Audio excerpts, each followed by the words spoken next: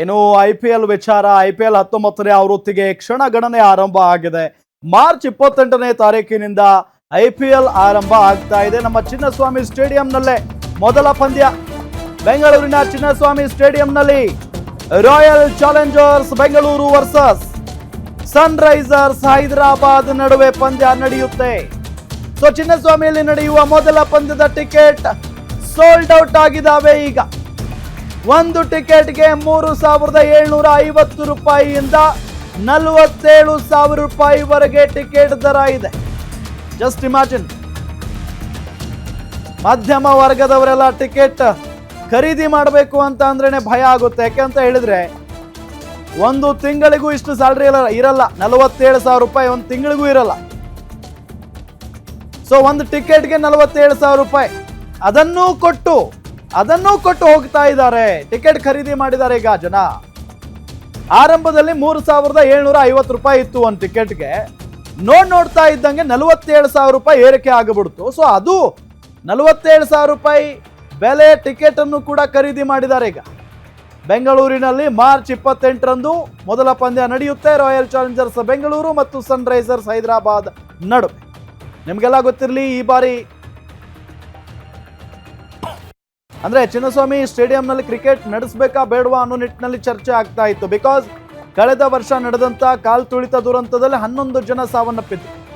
ಹಾಗಾಗಿ ಈ ಬಾರಿ ಅಲ್ಲಿ ಏನೂ ಸೇಫ್ಟಿ ಇಲ್ಲ, ಸ್ಟೇಡಿಯಂ ಚೆನ್ನಾಗಿಲ್ಲ, ಭದ್ರತೆಗೆ ಯಾವುದೇ ಒಂದು ಗ್ಯಾರಂಟಿ ಇಲ್ಲ ಅನ್ನೋ ನಿಟ್ಟಿನಲ್ಲಿ ಬಹಳಷ್ಟು ಚರ್ಚೆ ಆಗ್ತಾ ಇತ್ತು. ಬಟ್ ಎಲ್ಲವನ್ನು KSCA ನೋಡ್ಕೊಂಡಿದೆ, ಸರಿ ಮಾಡಿದೆ, ಬಹಳ ಅದ್ಭುತವಾಗಿ ತಯಾರಾಗಿದೆ ಕ್ರೀಡಾಂಗಣ. ಹಾಗಾಗಿ ಅವಕಾಶ ಸಿಕ್ಕಿದೆ. ನೋಡಿದ್ರೆ ಮೊದಲನೇ ಪಂದ್ಯದ ಎಲ್ಲ ಟಿಕೆಟ್ ಸೋಲ್ಡ್ ಔಟ್ ಆಲ್ರೆಡಿ ಆಗಿದಾವೆ. ಅದು ಕೂಡ ಅರ್ಧ ಗಂಟೆಲೇ ಆಗಿರೋದು. ಡೀಟೇಲ್ಸ್ ಕೊಡ್ತಾರೆ ನಮ್ಮ ರಿಪೋರ್ಟರ್ ಗಿರೀಶ್, ನೇರ ಸಂಪರ್ಕದಲ್ಲಿ ಜಾಯಿನ್ ಆಗಿದ್ದಾರೆ. ಗಿರೀಶ್, ಯಾವಾಗಲೂ ಕೂಡ RCB ಮ್ಯಾಚ್ ಅಂದ ತಕ್ಷಣ ಸಿಕ್ಕಾಪಟ್ಟೆ ಟಿಕೆಟ್ ದರ ಏರಿಕೆ ಇದ್ದೇ ಇರುತ್ತೆ. ಬಟ್ ಈಗ 47,000 ಅಂತ ಅಂದ್ರೆ ನಿಜಕ್ಕೂ ಕೂಡ ಶಾಕಿಂಗ್ ವಿಚಾರನೇ ಇದು.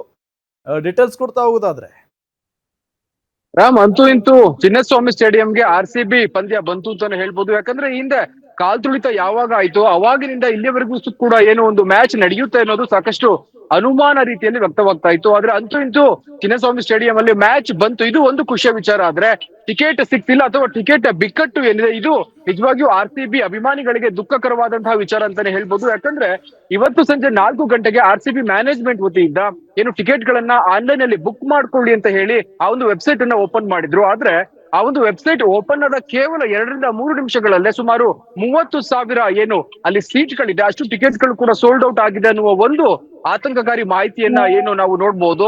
ಇಲ್ಲಿ ಗಮನಿಸುವ ಒಂದು ಅಂಶವೇನು ಅಂತ ಅಂದ್ರೆ, ಇದು ಒಂದು ಏನು 200 ರಿಂದ 300 ಸೀಟ್ ಇರುವ ಒಂದು ಥಿಯೇಟರ್ ಅಲ್ಲ. ಸಡನ್ ಆಗಿ ಅಥವಾ ಏಕಾಗಿ ಟಿಕೆಟ್ ಬುಕ್ ಆಗೋದಿಕ್ಕೆ ಸಡನ್ ಆಗಿ 35,000 ಟಿಕೆಟ್ ಗಳು ಕೇವಲ 2 ರಿಂದ 3 ನಿಮಿಷದಲ್ಲಿ ಬುಕ್ ಆಯ್ತು ಅಂತಂದ್ರೆ ಇದು ಮೇಲ್ನೋಟಕ್ಕೆ ಏನಾದ್ರೂ RCB ಮ್ಯಾನೇಜ್ಮೆಂಟ್ ಆಗಿರ್ಬೋದು ಅಥವಾ ಬೇರೆಯವರು ಏನು ಏಜೆನ್ಸ್ ಗಳಿಗೆ ಈ ಒಂದು ಟಿಕೆಟ್ ಗಳನ್ನ ಸೇಲ್ ಮಾಡಿದ್ರ ಅನ್ನೋ ಅನುಮಾನ ಕೂಡ ವ್ಯಕ್ತ ಆಗ್ತಾ ಇದೆ. ಹೀಗಿದ್ದಾಗ ಸಾಧಾರಣವಾಗಿ RCB ಅಭಿಮಾನಿಗಳು ಏನಿದ್ದಾರೆ ಸ್ಥಳೀಯರು, ಅವರು ತಮ್ಮ ಲ್ಯಾಪ್ಟಾಪ್ ಮೂಲಕ ಆಗಿರ್ಬೋದು ಅಥವಾ ವೆಬ್ಸೈಟ್ ಅಲ್ಲಿ ಹೋಗಿ ಮೊಬೈಲ್ ನೋಡಿದಾಗ ಅಲ್ಲಿ ಈ ಒಂದು ಸೀಟ್ ಬುಕ್ ಆಗಿದೆ, ನೀವು ಬೇರೆ ಕಡೆ ಹೋಗಿ ಟ್ರೈ ಮಾಡಿ ಎನ್ನುವ ಒಂದು ಪಾಪ್ ಅಪ್ ಬರ್ತಾ ಇದೆ. ಹೀಗಾಗಿ ಸಾಕಷ್ಟು ಆತಂಕಕಾರಿಯಾದ ಮಾಹಿತಿಯನ್ನ ಏನು